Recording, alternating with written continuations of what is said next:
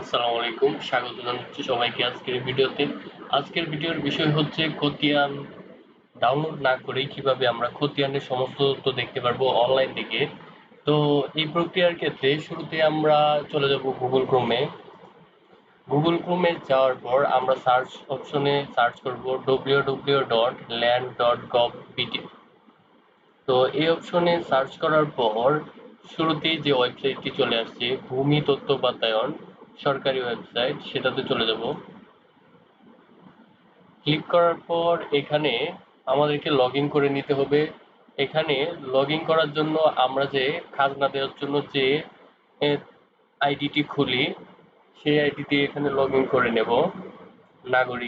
নাগরিকদের জন্য যে অপশনটি আছে সেটাতে আমার এখানে অটোমেটিক লগ ইন নিয়ে নিচ্ছে। এখানে আপনারা আইডি এবং পাসওয়ার্ড দিয়ে লগ ইন করে নেবেন। এরপর আমাদেরকে চলে যেতে হবে ভূমি উন্নয়ন কর এই অপশনটিতে। তো ভূমি উন্নয়ন কর অপশনে আমরা ক্লিক করব। কিছুক্ষণ অপেক্ষা করতে হবে, লোডিং নিচ্ছে।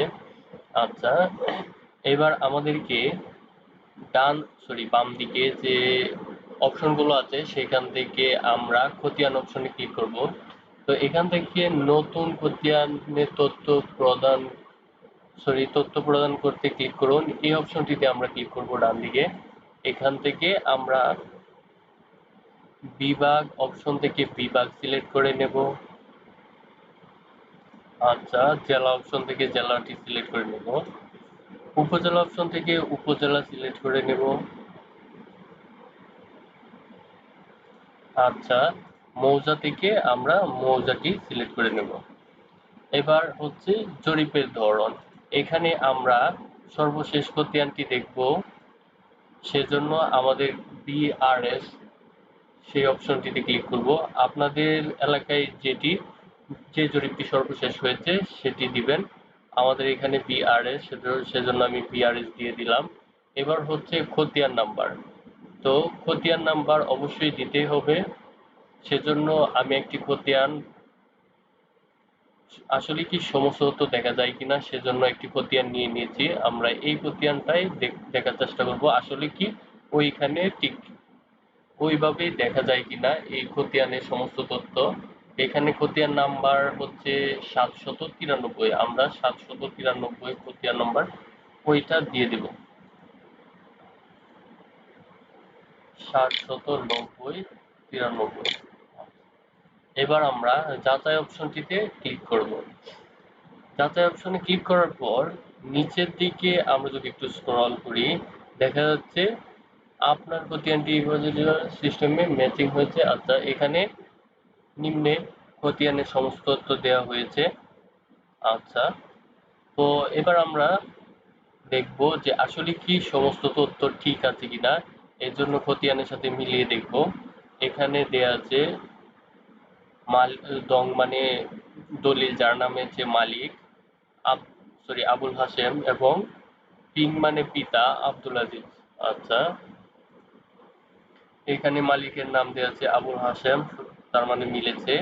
আবার এদিকে দেওয়া আছে আব্দুল আজিজ হচ্ছে অভিভাবক। আচ্ছা, এবার আমরা যদি পরিমাণের দিকে তাকাই, আচ্ছা এখানে সর্বশেষ 2 একর 86 শতাংশ জমি আছে। আচ্ছা, আমরা যদি এখানে দেখি এই যে 2 একর 86 শতক এরকম এই সম্পূর্ণ পরিমাণটাই এখানে দেয়া আছে। টোটাল যে জমির পরিমাণ সেটা এখানে দেয়া আছে। এরপর এখানে অনেকগুলোই দাগ আছে।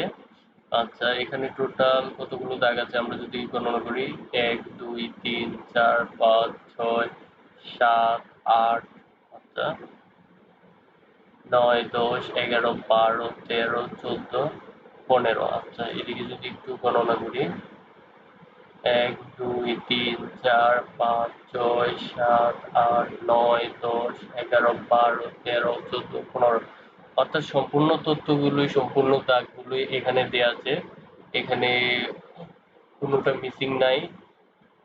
এখানে হ্যাঁ, খতিয়ানের দাগ নং থেকে আমরা দাগের কতটুকু অংশ এই খতিয়ানে অন্তর্ভুক্ত সেই তথ্যগুলো আমরা এইখানে দেখতে পারবো। এখানে দেয়া আছে ওই দাগের শ্রেণী, আচ্ছা, এভাবে আমরা চাইলে কোনো খতিয়ান ডাউনলোড না করেই খুব সহজে শুধুমাত্র খতিয়ান নাম্বার দিয়েই আমরা কিভাবে আমাদের খতিয়ানের সমস্ত তথ্য দেখতে পারবো এই বিষয়টা এখানে ক্লিয়ার করা হয়েছে। এছাড়া চাইলে আমরা যদি কোনো একটা দাগ থেকে খতিয়ানটা দেখতে চাই তাহলে সেটাও সম্ভব। এখানে যেহেতু 1009 আছে আমি সেটা দিয়ে দেখাচ্ছি। আমরা সেজন্য এদিকে ক্লিক করব। এখানে এই যে ল্যান্ড অ্যান্ড ম্যাপ এই অপশনটিতে ক্লিক করার পর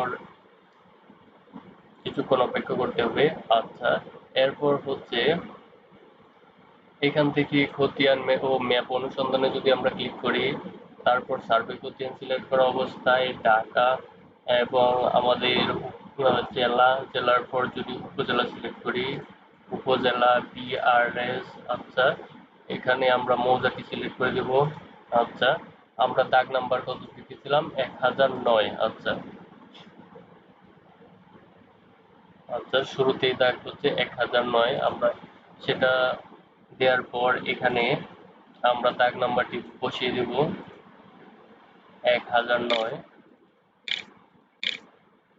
আচ্ছা, এরপর খুঁজুন অপশনে ক্লিক করার পর এই যে এই দাগের যে তথ্যগুলো সেটা চলে যাচ্ছে, শুরুতেই চলে আসছে 1009। সেখান থেকে আমরা এই যে 793 এই খতিয়ান নাম্বারটা আমরা এখান থেকে সংগ্রহ করে আমরা ওই ভূমি উন্নয়ন কর অপশনে পূর্বে যেভাবে দেখিয়েছিলাম সেইভাবে গিয়ে আমরা যদি খতিয়ান নাম্বারটা ওইখানে দেই তো খতিয়ানের সমস্ত তথ্যই ওইখানে আমরা দেখতে পাবো। তো এই ছিল আজকের ভিডিওতে। আমরা এভাবে চাইলে কোনো খতিয়ান ডাউনলোড না করেই খতিয়ানের সমস্ত তথ্যই আমরা দেখতে পারবো। তো এতক্ষণ সাথে থাকার জন্য অনেক অনেক ধন্যবাদ।